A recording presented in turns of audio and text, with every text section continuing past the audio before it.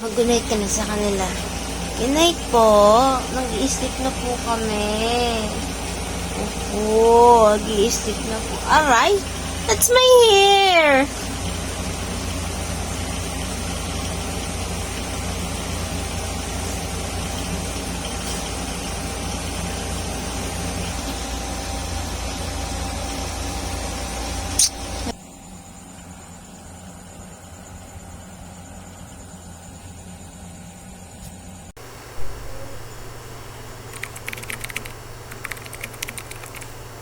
Yung mga muka ng pag-umaga, talagang mga sabog pa.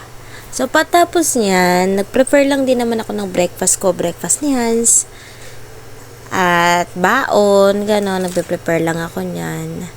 At sana hindi kayo mawindag dahil wala akong bra, pero sana hindi kayo bakit wala siyang bra? Hindi pa siya nahiya? Uwi mo naman, B. Okay lang yan. Importante hindi naghubad. Anyway, yun, nagpe-prepare na ako ng baon at breakfast ni Hans and for me kasi I think anong araw to, it's Friday. Friday ata to, hindi ko na matandaan kung Friday ba or Monday. Tapos usually ganun lang talaga yung ginagawa ko. Breakfast, is may aso akong yung nasa likod. Yan, lagi siyang, kung nasaan ako, nandoon siya sa likod, hindi niya ako iniiwan, ganun niya ako kamahal, B. Ayan, tapos actually, nagluluto lang ako dito ng bacon and egg. Tapos fried, rice. Kasi hindi ko na napakita yung fried rice sa inyo. Ang napakita ko lang dito is yung bacon and yung egg. Kaso, hindi ako mahilig sa egg. So, sila lang yung nilutuan kong egg. Ako, kasi, iinitin ko na lang yung pakbet na gulay. Kasi, sobrang sama ng pakiramdam kong dito. As in, grabe yung ilong ko, yung sipon. Sakit, ang sakit ng sipon. Tapos, may sinat pa ata ako dito. May sinat ba? Ay, hindi. Wala akong lagnat, pero may sipon ako. So, akala ko may sinat ako, nag-temperature ako, wala naman. Basta may sipon lang ako na sobrang sakit. Kaya, yun. Luto lang ako ng breakfast namin. Paulit-ulit, 'di ba, B?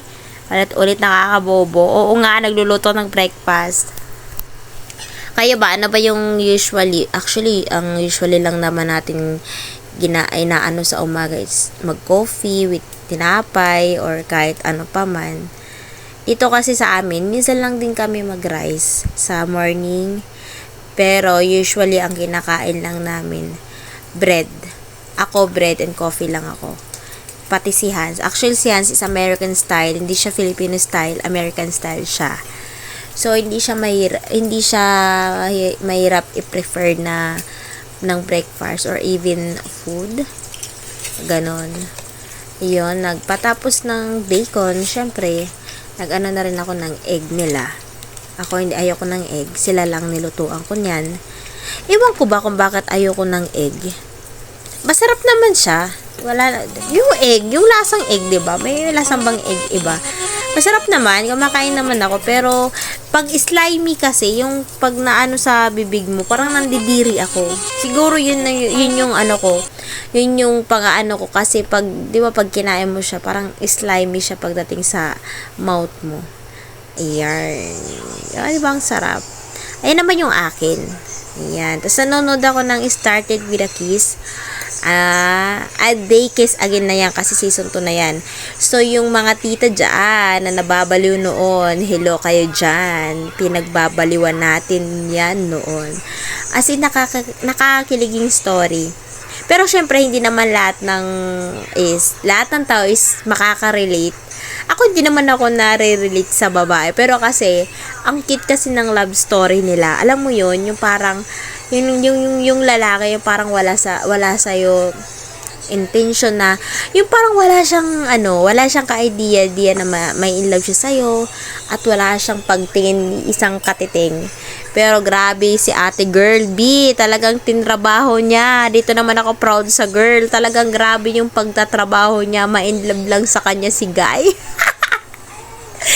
Yun yung nakakatawa dito sa part is, yung Yung dahil gusto mo siya, gagawin mo yung lahat. Pero alam nyo, sa totoong buhay, hindi naman ganun yun. I think, syempre, dahil is series lang naman, ginawa lang, may writer. So, nagiging totoo siya sa imaginasyon natin. Pero in reality, no, hindi ganun. Hindi mo mapapa-inlove ang lalaki sa'yo, or hindi mapapamahal sa'yo yung lalaki pag wala talagang love yung lalaki sa'yo, or walang gusto ni katiting percent na gusto ka. Wala talaga, B. Kaya hindi mo na yun mapipilit. Siguro sa iba na apply yun. Pero, most of the people na totoo, hindi talaga yun na-apply. Base lang naman sa nakakapaligid sa akin. Tapos, nag-order lang ako sa resto ni Kuya Jay ng bilo-bilo tsaka ice. Bilo-bilo yan. Tapos, halo-halo. Yung halo-halo nila hindi masarap. Yung bilo-bilo masarap siya, in fairness naman. Tsaka, nabusog ako. Actually, kaya lang naman ako madami kumain nung araw na to. Kasi kailangan ko uminom ng gamot. Feeling ko kasi, dahil acidic ako, tapos pag kaunti lang yung kinakain ko, tapos umiinom ako ng gamot, sumasakit talaga yung sikmura ko. As in, yung parang mahapdi. Ganon. You're not a baby na. You're not a baby anymore. Hindi na kita kaya. Kaya huwag mo kong daganan. Ha? Hindi na kaya ni mama kasi. Nadidihin kang laki-laki mo na view. Huwag mo kong daganan, ha? Huwag mo kong daganan, baby boy. Tapos pagka umaga, plano namin pumunta ng Ayala, Makati, kasi manonood kami nga ng pailaw, mamasyal, kasi minsan lang kami nga mamasyal at minsan lang kami lumabas. Ayan. Asian Hospital, taray, diba? Pak. Ayun. Kayo ba? Ayan na, may airplane pa. Ang ganda ng view. Kaya nga sabi ko nung nakita ko yung airplane, sabi ko, oh my God, kailangan ko i-capture to. Taray, captured. Ayan, tas ayan, nakapasok na kami ng ayan. Ang plano namin, kakain muna. Tapos, paglalaro. Lalaro, kasi hintayin si ate. Kasi nga siya, sabi kami, ayan, Gongcha. Favorite namin yan ni Hans. Every time na lumalabas kami, nagmi-milk kami. Pero yung kaya, maliit lang yung binibili gusto niya. Tapos gusto niya kasi manood sana ng Godzilla -1. Kaso, hindi pa showing sa Pilipinas. Tiningnan ko, hindi pa. So, sabi ko, time zone na lang tayo, B. So, sabi ko, magta-time zone na lang muna kami habang naghihintay. Ang ganda talaga ng time zone, Talagang pack talaga. Kaso nga lang, pag nandito ka talaga, ubos talaga, B, ang pira mo, B. Pero naman, nakaka-relieve siya ng stress, nakakatuwa. Ganun, kasi ang daming games na pwede mong laruin. Yan, tapos maaliw ka. Kaso nga lang, I think, pag 3,000 dito, parang kulang na kulang. Kasi sa kami, kahit man since noon pa man, pag nagta-time zone, maliit lang yung 3,000. Minsan nakakaubos kami ng 5K. As in, kami lang dalawa naglalaro, 5K yan. Kulang na kulang pa yan.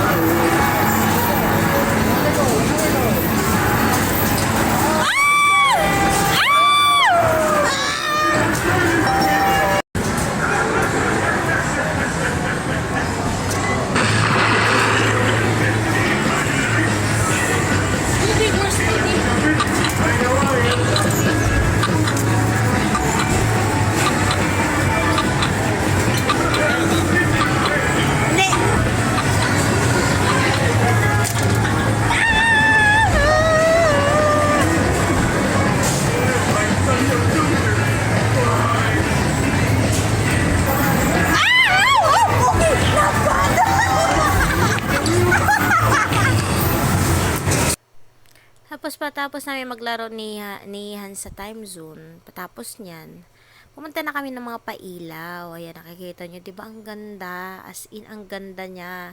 Kaso lang talaga matraffic ang Makati, kaya hindi magandang view. Kasi, ramihan na makikita mo sa sakyan. But anyway, ang ganda pa rin siya sa ganda. Ayan, ang liwanag talaga, bongga. Hindi sila nagtitipid sa kuryente. Di ba mga, di ba?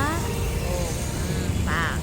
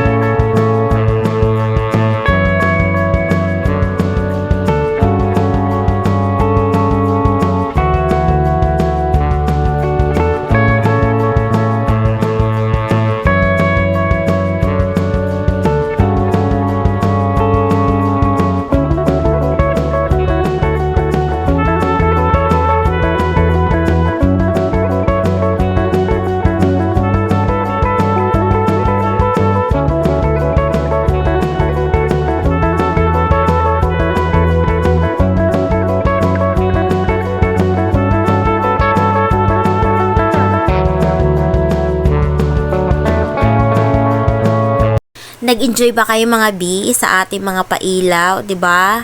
Talagang kinontrata ko yung Ayala na sabi ko sa kanila, gandahan nyo B. Kasi madaming ang pupuntang mga tao, turista. Kasi nung time na yon habang nag-video ko, ang dami rin turista, kaya mga foreigner. Pero ang more na nakita ko is mga puti. Walang East Asian. Medyo naman, pero tag-iisa lang. Pero most of them is parang Western, mga ganun.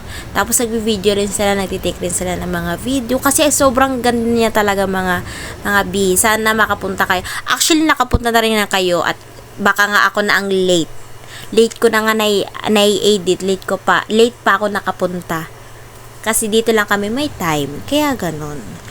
Pero pag nakapunta kayo, sulitin nyo kasi ang ganda. Mainit lang siya kasi nga, 'di ba? Syempre ilaw 'yan eh.